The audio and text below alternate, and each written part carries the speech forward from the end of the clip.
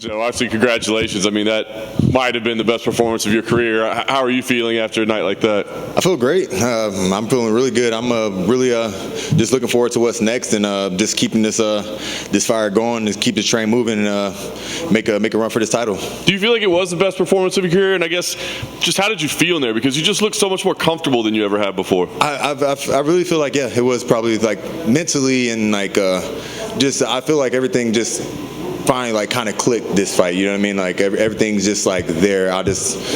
It was kind of getting there before the whole sepsis thing, and then kind of fell off a little bit, and then now I'm back on track to where I was. Is it safe to say that, I mean, like physically you're in a whole different place than you were before? I mean, I think you kind of said you needed some time off, but didn't really want to like make excuses back then. Yeah, no, 100%. I feel way better. Granted, I'm a little bigger now, which is also good, but I physically, mentally, just everything all around, I just feel way better than I did before. Nice. First round, thought you were going to get out of there in under 5 minutes. I guess, were you thinking that as well? I was, but Luque's a tough dude, and I seen just something about like when I was throwing punches, like I was like, he's not done yet, and I'm going to gas myself out. And he threw one shot and hit me kind of hard. I was like, okay, let me take a couple steps back and not rush this. And I guess round two, I know Coach wasn't necessarily happy with the way round two went. How did you feel? Was that a product of you trying to manage the gas tank a little bit as well? Yeah, because like one of the things because with sepsis came a congestive heart failure, and my kidney shut down. So I've kind of like there's been this fear of gassing out, this fear of just like dying, you know what I mean, from being too tired, that I'm like slowly trying to get over, you know what I mean. And it kind of hit in the second round, just because, you know what I mean, it happens. And my coach pulled me out of it, and then took over the third round. And then eventually, you had the opportunity to finish. Did you know, like, I'm getting it done now? No, I just yeah, I wanted to get it done. I was like, it's third round. I want to, because I wanted to finish him. Like, that was the whole goal coming in here. I didn't want a decision. You know, my coach said it at the beginning once we signed the contract. It was like, you got to finish this dude. So we went out there, and that's what we did. Statement win tonight. I mean, you're definitely going to be up there at the top of the division. Gilbert Burns, a fight that makes sense. I mean, is that the one for you, or is it any number of names? What's next? Anybody ahead? I think Gilbert makes perfect sense, and I think he tweeted something. He actually like agreed to it, but that's contingent on if Jorge accepts the fight or not. So, but if Jorge isn't trying to fight, which he probably not, then me and Gilbert's going to fight. Hey Geoff, I just want to know, what are the emotions like going from almost dying to cracking the top 10, and you're going to be number 6 on Tuesday?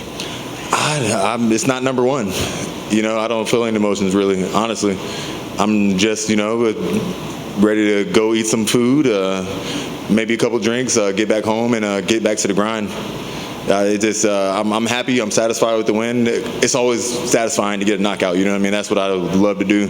But this isn't the end goal. This isn't my main goal. So keep on pushing until I get that belt. 10 finishes on this card. 10 fights, 10 finishes. Yeah. I guess just how does it feel to get a finish on this card? Feels good. Like 10 fights, 10 finishes. Has that ever happened? Like all the fights on the card get finishes? Only once. Only once. Hey, I'm glad to be a part of history. Congratulations. Hey, thank you. In the finishing sequence, you threw 8 left uppercuts. I'm curious if that's a punch that you knew would work on him, or if that's just one you love to go to when it's going well. I just knew that was going to work on him. I've been working on it all the time during practice. You know what I mean? Just like, you know what I mean, stepping off to the side, and when he covers up pretty solid around everything else, and I knew that there was always going to be like a little opening in between his guard. And once I had him on the fence hurt, I just knew that I was just going to keep on. I wasn't planning on throwing 7 of them. I was planning on throwing 1. It was 8. 8, yeah. I was planning on hitting him with 1 and he falls, but I guess it took 8. His reputation as being such a tough guy is obviously so well known. So when you're throwing those, is there even part of you that thinks, man, I hope he does go down, or do you think like every time I threw him, I was like, I hope this works. If it doesn't, then we're gonna have to keep on doing it. But that in the third round, I knew he was just too tired to stay up. You know what I mean? The first round he had the cardio to work through the cobwebs, but in the third round he was just too tired. He couldn't keep himself up.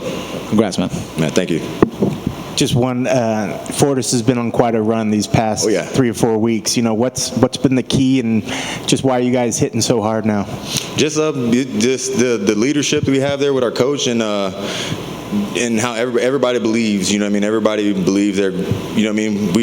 We're a unit, you know what I mean? Not a lot of gyms are like us. I don't know of any gyms that are like our gym, you know? And, you know, we're going to keep on going, and we're going to have multiple champions at our gym one day, I believe. So this is Fortis MMA. Get to know us.